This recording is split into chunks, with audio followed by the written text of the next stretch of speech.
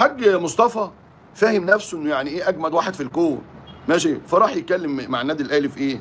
احالوا له بقى ملف الكوره، قال لك الملف ده مع سيد عبد الحفيظ، روح لسيد عبد الحفيظ اتكلم معاه في الموضوع ده. بيتكلم معاه في ايه بقى؟ شوف بس الكلام.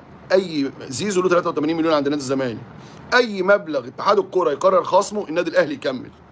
سيد عبد الحفيظ قال له ماشي، ده بحكم انه ده مال سايب، وان يعني هنجيب نغرف من البحر ندي لك يا حاج. قال له يعني إيه؟ قال له يعني ماليش علاقه. يا اخي يعني سبحان الله. يعني انت راجل ما شاء الله عليك. اولا انت لعبت في نادي الزمالك 6 سنين. الناس دي هي يعني بعد ربنا خيرها عليك وشهرتك. جبت عربيات والناس عرفتك وكل الحاجات دي، يا عم اجتهدت واشتغلت ماشي انا معاك. بس خير ربنا ثم نادي الزمالك ده عليك. في الاخر عايز تطلع تعمل يعني تعمل حوار و83 مليون و85 مش عارف ايه وكل التفاصيل دي، ماشي يا عم. لا يعني مش هسيب منهم جنيه، يعني حتى لو اتحاد الكوره خصم لي اكمل اي سبوب اي حوار اي حد يديني فلوس. يعني لا انا جعان فلوس، يعني عايز اكل فلوس وخلاص. يعني النادي الاهلي مجبر يدفع لي اي حاجه اتحاد الكوره يقرر يخصمها مني في مستحقات ابني. سيب الواد ياكل عيش، سيب الواد يشتغل في دنيا هاديه. على فكره الواد ده ممكن يكون ذنبه في الحياه ان انت ابوه. ثم معلش يا كابتن ابو المعاطي، انت يعني ايه اللي خلى حضرتك تجزم ان هي 83 مليون؟ ما لسه التحقيقات شغاله ولسه ده بيجي وده بيروح ولسه محدش عارف.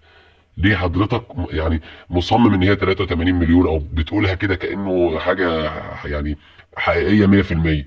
ما نعرفش، ما يمكن اتحاد الكوره يقول ملوش، ما يمكن والزمالك بيقول ملوش. طب انت ليه ما نقلتش الروايه على لسان الزمالك يعني؟ مش فاهم يعني ليه 83 مليون واي خصم مش عارف يا عم ماشي. بس مين قال لك ان دي معلومه 100% حقيقيه؟ ما نستنى لما نشوف طلعت حقيقيه تمام، طلعت مش حقيقيه يبقى انت ما ظلمتش الزمالك. مش عارف والله ايه الناس دي. خلينا نكمل يمكن يقول حاجه مفيده. قال له يعني إيه؟ قال له يعني ماليش علاقه. انا علاقتي بحاجه واحده فقط اللي التزم معاك بها النادي الاهلي، وهي ان مده غيابه عن نادي الزمالك العقوبه اللي اتوقع عليه هندفعها، وانا مستلم الملف كامل من المسؤولين في النادي. فكره اي فلوس تتخصم انا مالي. افرض الناس وهي بتحكم رأت ان في غرامه نتيجه مثلا تصوير اعلان او ظهور تلفزيوني او كده، ده مش شغلي، ده مش بتاعي. قال له لا، انا متفق على ان اي خصومات ماليه يتعرض لها زيزو نتيجه انتقاله من الزمالك للاهلي الاهلي يدفعها. قال له لا، اي خصومات ماليه على الاطلاق لا. اي خصومات ماليه نتيجه الغياب ماشي، لكن انت عملت اعلان او عليك فلوس ليهم قديم انا ادفعها ليه؟ قالوا الامر دلوقتي عند اهل القانون وفي اتحاد الكوره. اتحاد الكوره غالبا نسبه 99% يحكم لصالح زيزو، ماشي. لكن الحاج مصطفى ايه عاوز يعني خطوه استباقيه. وبعدين خلي بالك، هو راجل صعيدي عقر، فهو بيجس مين؟ كابتن سيد عبد الحفيظ. فلا قدام واحد ناشف ووتد، قال له يا حاج، يا حاج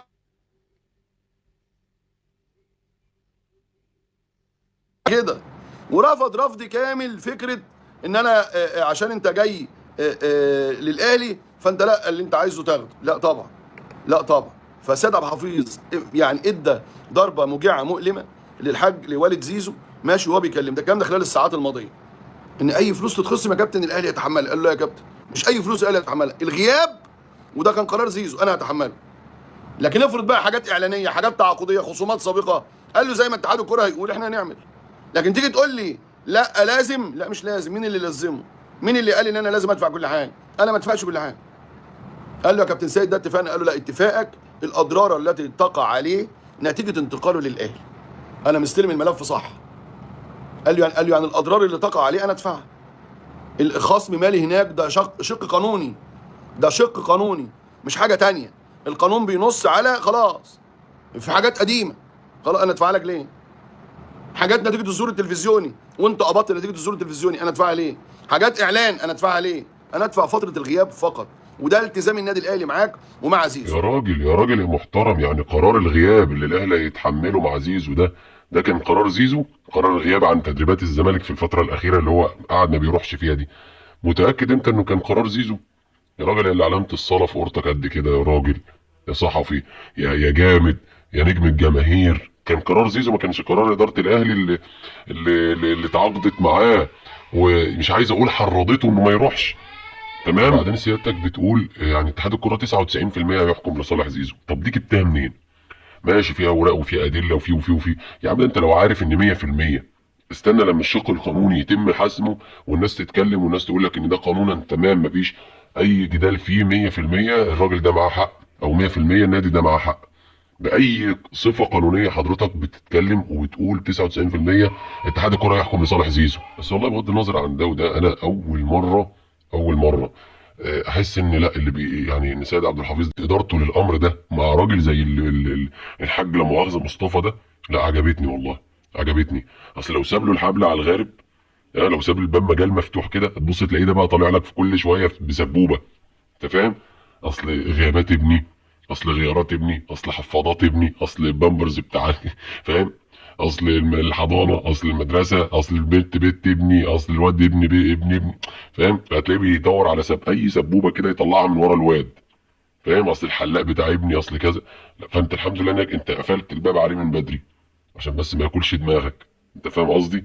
هو ما لقى ما صدق ما تلاقيه يعني بص، في يا باشا ايه، اصل في غيابات، اصل في الزمالك هيعمل، اصل مش عارف هنعوضها منكم، مش مكفيك مش عارف 160 ولا مش عارف كام مليون الله اعلم بتاخدهم، مش تقول الحمد لله؟ مفيش حمد ولا شكرانيه. سبحان الله يا اخي والله، زمن العجايب والله العظيم. سلام عليكم.